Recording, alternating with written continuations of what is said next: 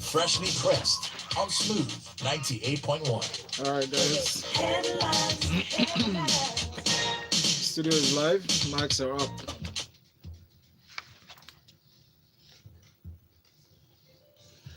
Good morning and thank you for tuning in. You're listening to Smooth 98.1, Smooth Breakfast with Valentine Uhu. And I am Myra. Say good morning. Welcome.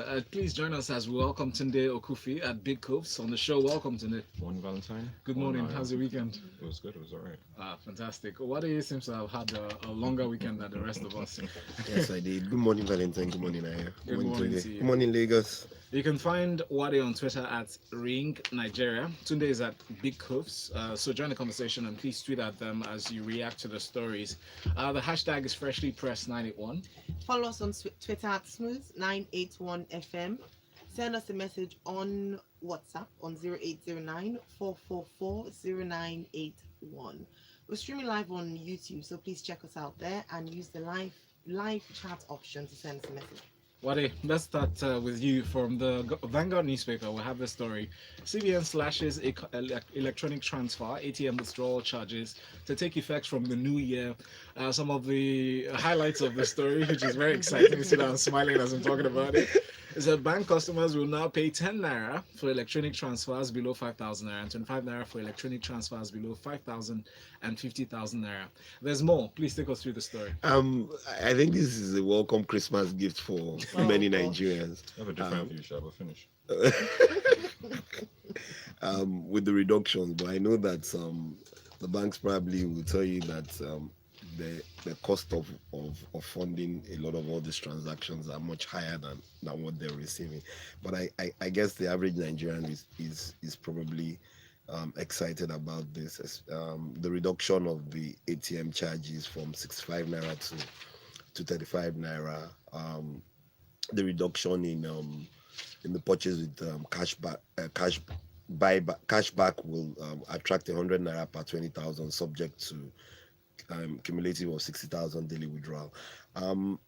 Another one that is really interesting is the fact that your bank maintenance charges will go away from the savings account. And When you say go away, how do you mean? it means that they won't charge bank maintenance on savings accounts anymore because you Okay. take all the other charges. Okay. And then for the current account, it has to do with transactions relating to third parties. I think before now, even transactions relating to your own withdrawals attracted bank maintenance charges. So it's the fines are quite huge for defaulting organizations, 2 million per infraction. So I guess more and more people should, if they want this to be fully effective, should bring to the notice or attention of the CBN any infractions by the banks or financial institutions. And well, I think a lot of Nigerians will probably be happy about it. All right. First of all, let's take a backtrack. These fines, or rather, these charges, because it felt like fines to me. The charges, obviously, you know that the customer bears the costs. You know, it's like pushing service costs to the customers. You know, so we'll pay all these things. They were there for a reason. Yeah. What changed? Maybe Tunde will Tunde, say something please. about this. Okay. Yeah. So let me start at the, and I'll come to that. So look, this is a populist move. You know, when you need to understand, it's also it fits in nicely with the mood of the current administration we're in anyway.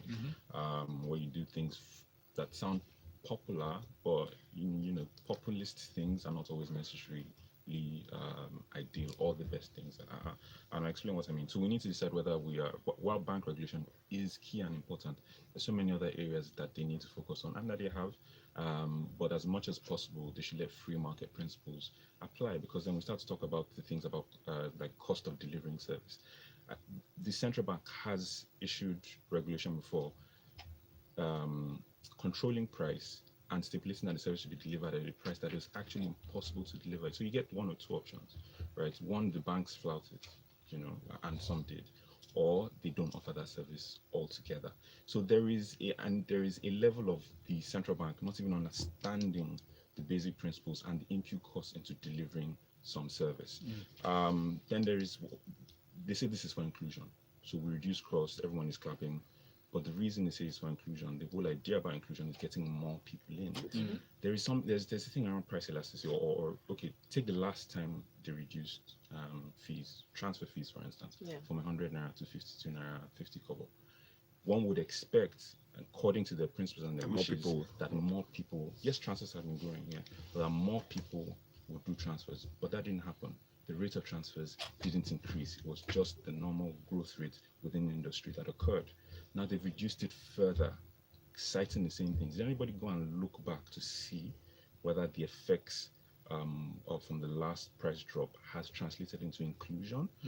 Yes, people look at bank profits and say, oh, okay, they make a lot of money, let's reduce their money. But these guys need these funds to invest in this industry, and they have been investing. Look at when they reduced or took away ATM bank charges. We had ATMs growing at a specific rate within the country. Immediately stopped that. It flatlined. It hasn't changed. These guys are not allowing the industry grow with some of these charges. Let me just speak. Let me just say something really quickly, Tunde. The reason I'm asking this is I've been having conversations with people around the fact that Nigeria is not the only country that operates a bank in the world. And we have, let me use the UK for instance. We don't have all these charges. I like the example, and you used it before. Yes, I have. The reason I'm saying that, and the reason why I was sorry, and I'll let you speak. The reason I was quite excited to see this is that I'd always been of the position that the CBN is not representing the Nigerian people as it ought to as a regulator, because their job is to protect the interests of Nigerians so that we're not being fleeced by it. I'm not saying that they're not cost attacked to this, but I'd like you to explain, because it seems as if, I mean, you're almost charged for coughing from your bank, any small thing. And I like that card maintenance fees have been removed as well. And I'm like, we're not the only ones who operate a banking system in the world. Why is ours different? Two quick things. First of all, the banking industry in the UK and Nigeria are not at the same level. We don't require the same amount of investment, right? And it's an industry that we're all building. You can expect private businesses and higher banks to bear the entire cost. It won't happen. One. Secondly, in the UK, you pay, because you're not paying front end, you're paying back end. You are paying for account maintenance charges. There are tiers of accounts, right? There are accounts that you will specifically designate and say, okay, these accounts are supposed to maybe for students and very little charges, but you are paying those accounts, whether you're paying it at the front as you transact, or at the back you will pay those. It's banking, and they need the funds to invest. One more, quick thing is look at this stamp duty, right? Stamp duty is 15 naira on POS for every transaction. The government takes all of that, and then you say ATMs that are trickier to manage, more expensive to manage, should be 35 naira to be shared by at least 3 parties. Come on, guys, look at it. So it should actually be the ATM that'll get the charges and not the stamp duty. So it's so the government can to me it's because we've introduced stamp duty is a burden on people. Let us go and reduce other fees, not considering how or what business impact implications it has on the industry. Ifeanyi Okwolisa from IBA says CBN reduction of charges is a super welcome development, but my fear is consistency. It's populist. I know a lot of people will come and attack on it. It's a populist move. So, but if you don't understand intricacies like you just explained, that would be your own view, I guess. MI says, thank you, Santa CBN, for bringing us glad tidings, but what took you so long? The different charges were making people averse to electronic banking and leaning towards cash transactions, which is antithetical to its original policy. Banks should think about customers for once and not always protecting margins. And that's what the banks, they're there to do business and to make profit. But CBN really should be the regulator that looks after the interests of the populace. Thank you very much, Aya, for raising that one. Let's move on very quickly to this next one. Tunde, since you have the mic, I'll take you all up on this. From Premium Times, alleged religious persecution can, as Christian Association of Nigeria supports United States stance on Nigeria. So the United States has put us on the same list as Russia, Comoros, and Uzbekistan as a country that encourages the persecution, religious persecution in some sense. The Christian Association of Nigeria jumped on this, gave a few instances. Leah Sharibu case coming up as well. Your thoughts on this? Okay. So, sorry, I just need to calm down. The bank charge has got you riled up. We touched his sector. All right. Anyways, So Kant says that so Kant's position is that recent reports from the Chief Justice called for constitutional amendment to include Sharia and also the makeup of Nigeria Security Council. These are things of valid concern, no doubt. But I doubt this is what would have made the Americans, make this move. It's for me, it's things like the treatment of Zakzaki and the Shia movement. Those are clear, obvious religion. It would appear as they are infringements on human religious freedoms and human rights for the mainly because of religious affiliations. Shias and Muslims as well, at least generally accepted by the rest of us that they are. So it's things like this. But Khan does highlight a number of important things that we should consider and look at collectively. It points out all appointments, or I would say by and large, they say all key appointments are from a certain region, and they're northern and they're Muslim. I'll say, look, it's glaring, and our presidency hasn't really done much to change that perception or that thinking. They point out that they mention a number of the all northern states that there have been attacks, right? But it actually is more a case of general insecurity. Yes, Christians have been major targets, but also Muslims. Then they go on to cite, the Boko Haram's holding of Leah Sharibu, and they say that by and large, Boko Haram attacks or terrorist attacks have targeted Christians. That is also true. I mean, Chibok was generally regarded, I think, as a Christian girls' school. Yes. For me, it's a reflection. It's a case of religious intolerance in the country as a whole, one, and perhaps more highlighted within a certain section of the country, no doubt. That's what's reflecting in our governance, to be honest, right? So you would say maybe Chibok was targeted because it was a Christian school, and they don't view Christians as being up to the same level as they are. But these are terrorists; they're not the government. I think it's a reflection. For me, it's a reflection on wider society. We're not tolerant, especially around religion, and it reflects in our politics. And when there are no laws or anything that compels us to be balanced in our views, then well, this is we are where we are. Yeah, especially if the government is not seen to be Responsive to those issues that are raised and used to stoke intolerance. Certain things are hot button. People react to them in certain ways. At least try to build consensus and allay fears. Thank you very much, Tunde. All right, thank you, Tunde. Darlington says, I think the main reason this review is being considered is because there's a huge tax burden coming in the new year. Looking at the finance bill of 2019, that will be implemented next year. That's 2020, yeah. But as long as Uncle Murphy is concerned, I still they look at with corner eye. So some people are still not very optimistic about this. And then Papi K says, I beg, what are the metrics the United States used in reaching these conclusions? My, oh my, can you surely they need a rebranding, Biko? With the way religion plays a major part in every aspect of Nigeria and Nigerians, come on. Even me as a Christian know that Boko Haram has bombed more Muslim communities than Christians. And then we have this one here from Chibuna in Lekki, says, the solution to breaking the bondage Nigerians are facing with frivolous bank charges stems from the fact that the functions of the Apex Bank is so ubiquitous that it can't separate its regulatory function from its monetary responsibility. We need another agency like the FSA in America that regulates the banks while the CBN focuses on monetary policy and acts as exchequer to the government.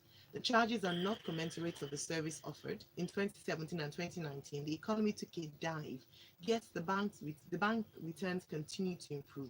If we need to move forward, we need functional and effective institutions that will create shared values between the government and the government. Yes, bank Excellent, charges as a whole, not for electronic channels. Sure. Bank charges as a whole. So banks will charge spurious amounts for all sorts of things. Banks are used for all sorts of things, business from top to down.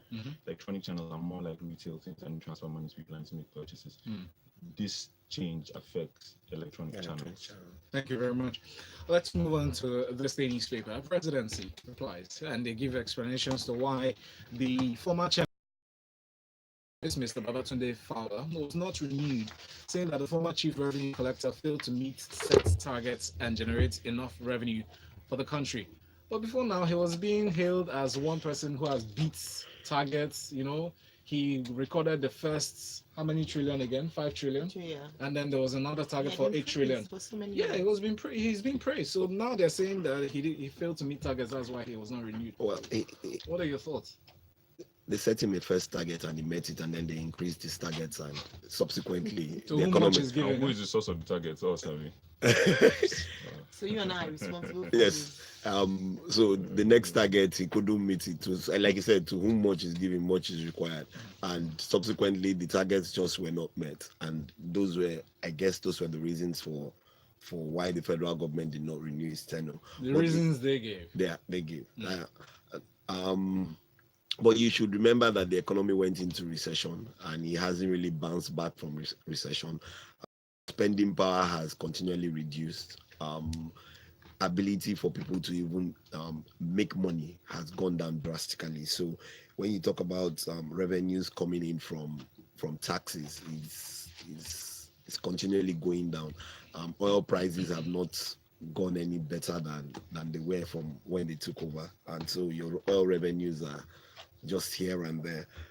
So at the end of the day, I guess that, well, they have a a proper reason for telling you that they won't renew his contracts, because, like, if targets were set and you didn't meet them, then one of the solutions is to move you out and bring in someone else who they believe can meet those targets. All right. No. One simple, quick thing. Again, this is also about measuring and checking. So we now apparently, or hopefully, we know Fowler's performance, right? Or maybe we should even dig into it more.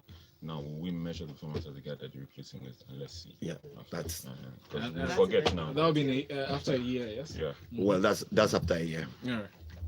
All right, let's keep that in mind. We'll move on to the next story. Yeah, so still talking about the special advisor's chat with the journalists, he said a few more things, and I'd like to talk to you about this.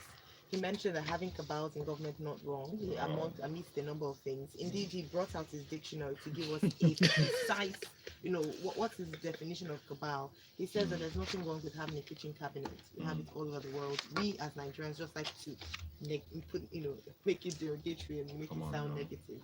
How many countries do the cabinet in the White House as partisan and as inward looking and as Trump worshipping as they describe it? Do you describe it as a kitchen cabinet? There's a reason why they give certain labels to certain things, right? Do they call the cabinet in the UK a kitchen cabinet? There's a reason why they use the term banana republic, right? It denotes and connotes a certain thing, one income economies that are generally autocratic or dictatorship. There's a reason why you call something a kitchen cabinet. It denotes the fact that people have not been appointed to it based on merit, for instance, and a bunch of things, and that is clear here.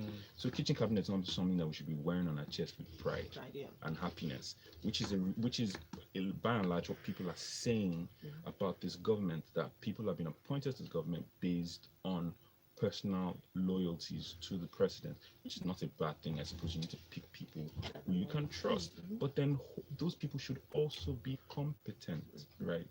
It's important.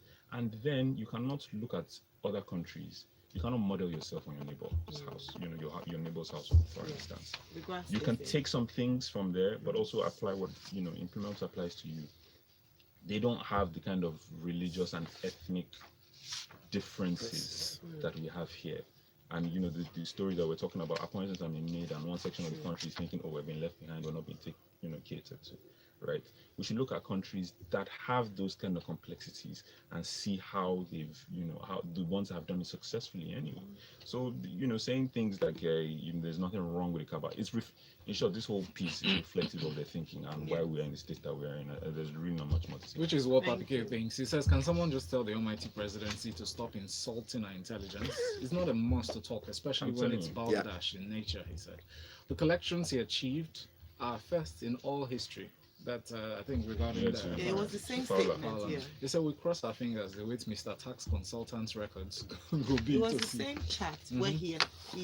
he addressed a few things, Yes. including the FRS chairman, FRS. also social media bill. I Yeah. think you should pick up this report and read about what he said. Mm, Read and those, see what they want to do to us. read. I'm telling you, Chibuna says also the current cry for financial inclusion has not translated into increase of transfers in the sectors. Loans have dropped. Less people are included. Yes, Yeah. money is flowing to rural, but it's not increasing commerce. As people just withdraw money, the ecosystem for micro banking activities in the rural areas is not showing improvement. So, what is the KPI for improvements in financial inclusion? Yeah. As a counter conflict of purpose, banks want to use electronic channels to optimize costs Drive and drop to the serve not for financial inclusion to spur up retail activities. Hamatan is here. I believe the border is open. Merry Christmas in advance. God bless you. Our next story now from the Guardian newspaper. Immigration warns officials against arms mishandling, urges e-migrant compliance. Guardian newspaper reports. Today, I'd like you to dig into this, please. Yeah, very quickly. Essentially, the story is about. So I even thought they were, since it's immigration, okay, well, it was immigration, different from the guys who control the borders. Yes, those are Yeah, customs. those are customs. My brain escaped me. But now it's Yeah, but- it's- but- it's- so- But it's both a- of them, both it's of the them same work. line. Both of them work both with the of them borders. and I know that. So I was even thinking this was more around watching, arms coming into the country, but it's about their handling of arms. Yes. Because they're a force that are allowed to carry arms.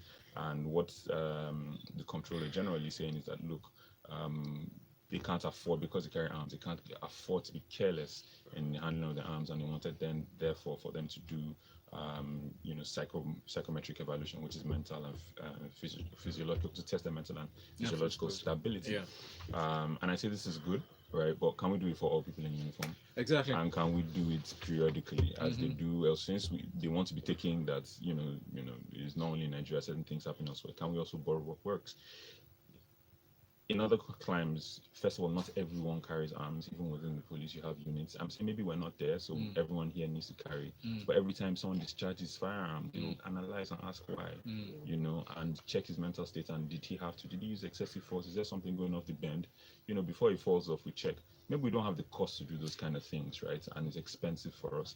But while it's a step in the right direction, we should make it periodic. And I would really like them to extend it to other forces, especially the police. Guess what? Thank you very much. Guess what else I would really like to see? Oh, yes. More frequent drills. Not just the military. Military are very disciplined in that sense, but drills, please. Drills, police, yeah. Some of them are just not fit enough to physically fit. Aside from physical fitness, Situation, the drills, tactical Get them drills. physical We drills. don't see those. The The policeman just gets up in the just morning and then rolls. they Just put rehearse they put you something. on the beat and you Yeah, drive yeah. out and you're moving on. There should be tactical drills. Absolutely. Thank you so much. We'll move on to the next one, Wade. NERC, that's the Nigerian Electricity Regulatory Commission, has raised the alarm over rising deaths by electrocution in the country's electricity market. Let me just put it into perspective from this report. They say that about three persons die of electrocution weekly. They died in the second quarter of 2019. So in terms of the reports, we lost 3 people every week. Yeah. This is a health and safety concern. It's huge. We talk about this a lot. Yeah. Tell us what you think about it. Well, I guess the report clearly shows us what is happening within the context of the electricity business, in terms of health and safety, and how much they're educating people in terms of health and safety, both their staff and the general populace. But also it's also worthy to note that this is the second quarter report. Have there been improvements in the third and fourth quarter?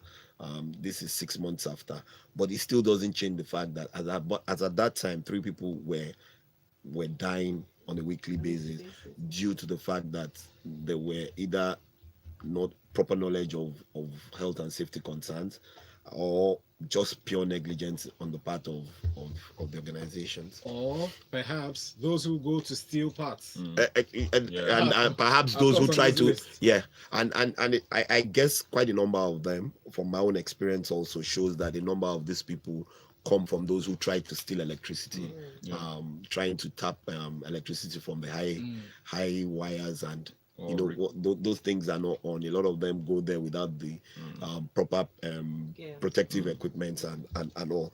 But it is important to note that they're doing something about it. The regulators are trying to put together some form of policy that would help ensure that there are standard measurements for safety within the electricity space. Just one quick point before we move on to the next story. He says that they have a strategic goal from 2017 to 2020.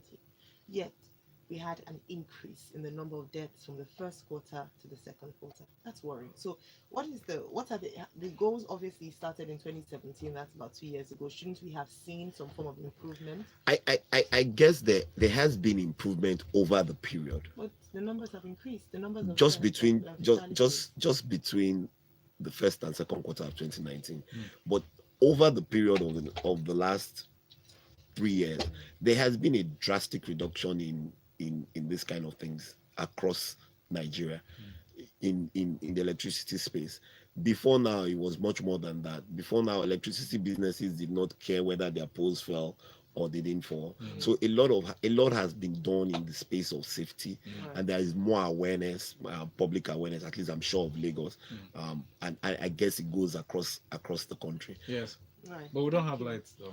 We still don't have The lights past on 3 that. days we haven't had lights. That's horrible. This is I don't Christmas. think I'm alone in this. The weather has been terribly hot. Yeah. Yes. And this, I mean, it goes without question. We know It would have been the for- best time for the government, for power companies to give lights. I mean, it's easy to collect bills and to pass bills and collect money, but how about That making sure spirit it of works? Santa that has held CBN, let it hold, The electricity business. Oh, and they reduce fees, and then we'll be in I the will worst be in what state? man. Messages of Kwame says the government is obviously not being realistic. Revenue from tax is not in isolation from the state of the economy. Fowler not meeting targets is not unconnected or the poor economic policy and lack of policy coherence of the government. By the way, I'm not holding brief for Fowler. Kwame. And then Femi says the cabal statement was totally uncalled for. The president is allowed to have kitchen cabinets and so on. However, we needn't be advised that on elected officials are influencing policies. In a country like Nigeria, this statement unnecessary just fuels the flames of distrust. And we have a message here on YouTube. This It's from one, Okwemi. Okwemi, thank you very much for your message. All right, let's move on to our next story before we go. Sunday border closure yielding positive results, declares Bajabi Amila. When you read this headline from the Daily Times, you think it was focused. And I was looking for, what we've always said is that you said there's an improvement. Show us, detail it. Exactly. But this is also just another statement, and then it goes on to say that. Exactly, another statement that in the end you find out was based on fluff.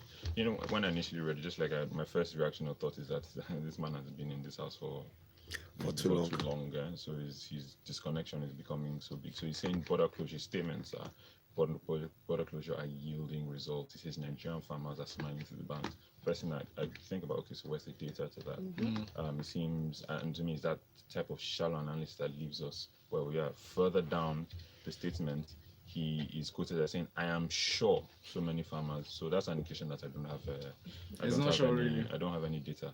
So bottom line, he's not really talking about border closure when you look at. He's talking about rice, and I guess you must talk about rice considering the time of year. Yeah, of course. So you must, which is what he was doing, and then he goes into his constituency, and this is of particular interest to me. Okay, he goes into his constituency saying that he's giving out cars that 70 to 80 people in the constituency really now have cars, and he's tied that to the increase and improvement in their lots.